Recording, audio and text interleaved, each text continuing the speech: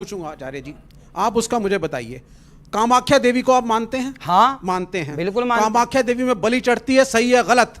सुनते रहिए। चंडी माता में बलि चढ़ती है, सही है गलत? मैं पूर्वी उत्तर प्रदेश से हूं, मैं पूर्वी उत्तर प्रदेश से आता हूं।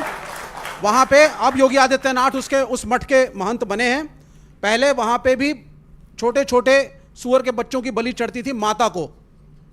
देवी पाटन सिद्ध देवी का स्थल है, और कायस्तों का एक गांव है वहां पे नवमी के दिन माता को बकरा जरूर चढ़ता है, ठीक। लेकिन हाँ, ये अलग बात है कि ईद में मुसलमानों पे उंगली उठाना बड़ा आसान काम हो गया है हिंदुस्तान में। क्या ये जो नॉनवेज खाने की प्रथा, आप वैसे आप एथिस्ट हैं जी, यानी आप धर्म को नहीं मानते, लेकिन आपको धर्म की जानकारी अच्छी है। नहीं, उनको पूछने दीजिए। नहीं, मेरा प्रश्न ये आपसे ये है, पूछिए। ये बड़ा आसान होता है इस मुल्क में, ये बड़ा आसान होता है मुसलमानों के ऊपर उंगली उठा देना ईद के दिन। ये बड़ा आसान होता है कथावाचकों के लिए सिर्फ इस्लाम और कुरान के ऊपर उंगली उठाना कि आप क्रूर हैं और आप जानवरों को खाते हैं। क्या आप कहेंगे कि ये सब कुछ जो चल रहा है माता कामाख्या के मंदिर में बलि का चढ़ना, ये सब गलत है? जवाब अब मैं इनका उत्तर दे दूं। अब इनका उत्तर दे दूं। जी, फिर सुबह खान इन्होंने बोला कि कामाख्या देवी में बकरे की बलि चढ़ती है। हमारे यहाँ बंगाल की राजधानी कोलकाता, वहां भी माता जी का मंदिर है, वहां भी बलि चढ़ती है। आपने बताया, और भारत में बहुत सारे मंदिर हैं ऐसे पुराने जहां बकरे की बलि चढ़ने की परंपरा है। आपने ठीक कहा। अब मैं ये बताऊं कि क्यों। हमारे वेदों में लिखा है स्पष्ट, अहिंसा ही परमो धर्मः।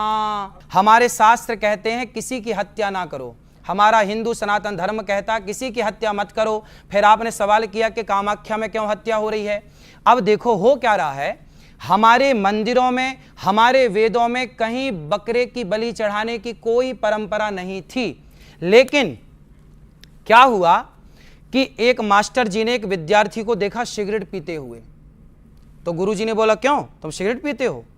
गुरुजी वो क्या है, आदत हो गई है। कितनी पी जाते हो? बोले 10 पीता हूं मैं रोज, दिन भर में। गुरुजी बोले, सुन 10 मत पीना, छोड़ दे पूरी। गुरुजी छूटे, अच्छा छूटेगी नहीं तो एक पी लेना, एक पी लेना। वो एक सिगरेट पीने की इजाजत गुरुजी ने क्यों दी? ताकि धीरे धीरे जब 9 छूटेगी तो एक भी छूट जाएगी।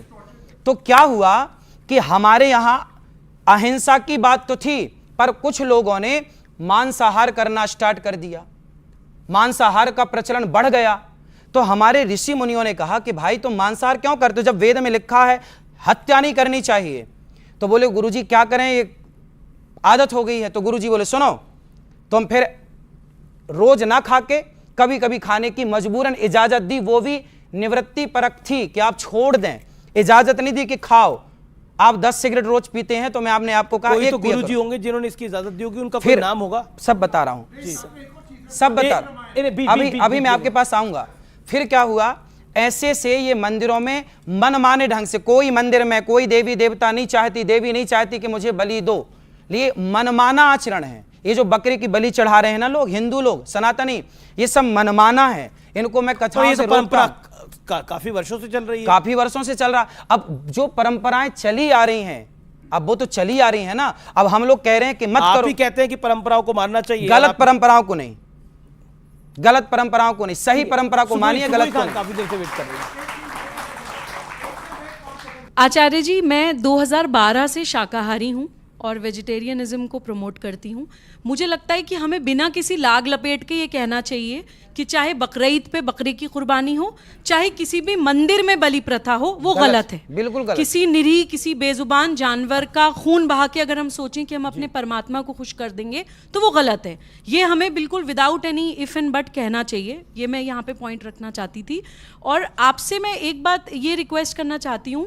आपने एक एग्जाम्पल दिया था कि लड़की जो होती है, नारी, वो हीरा होती है और लड़के तो होते हैं वो सरिया हैं। आचार्य जी, सेम यही एग्जाम्पल देकर मुस्लिम समाज में रैडिकल मौलाना लड़कियों को बुर्का पहनाकर 4 दीवारी में धकेल देते हैं। हिजाब के, बुर्के के जितने भी एडवोकेट्स हैं वो यही कहते हैं कि आप बहुत कीमती चीज़ हैं तो आपको कवर्ड वेलवेट के डब्बे में रहना चाहिए, और लड़के जो है वो बहुत कैजुअल सी चीजें तो उन्हें आप ऐसी घूमने दीजिए। इस तरह से बताते हैं कि तुम सिर ढक के ही रहो। यही आचार्य जी, मेरी बात जस्ट पूरी हो जाए। जैसे कि हम उदाहरण देते हैं, आपने सीता माँ का एक उदाहरण वीडियो में दिखाया कि वो सुंदर थी। आपने अभी दूसरा उदाहरण दिया कि सीता माँ के लिए मर्यादा की लकीर खींची थी भगवान राम ने, हम ये लक्ष्मण जी ने, हम ये उदाहरण क्यों नहीं देते कि सीता माँ ने लव और कुश को युद्ध की ट्रेनिंग दी थी? बिल्कुल, सीता माँ बहुत बड़ी योद्धा भी थी। बिल्कुल। हम अपनी भारतीय संस्कृति में बच्चियों को वो शौर्य और पराक्रम क्यों नहीं सिखाते? सनातन शब्द में इतनी समंजसता है आचार्य जी कि वो सब कुछ अपने अंदर समा सकता है। मुझे लगता है हमें उसे ड्रेसेस में कि आप किस तरह के कपड़े पहन रहे हैं और आप किस तरह का लाइफस्टाइल जी रहे हैं, हमें उसको संकीर्ण नहीं बनाना चाहिए। हमें उसको, उसके अंदर जो विशालता है उसको ज़्यादा प्रमोट करना चाहिए ताकि यंगस्टर्स, यूथ उसकी तरफ और ज़्यादा आकर्षित हों, उससे ज़्यादा और जुड़ें। और आज का जो समय है नारियों के ऊपर, देखिए बांग्लादेश में क्या हो रहा है महिलाओं के साथ, बांग्लादेश में नारी के साथ क्या हो रहा है। आज का जो समय है, मैं तो मानती हूँ महिला को हीरा नहीं सरिया ही होना चाहिए।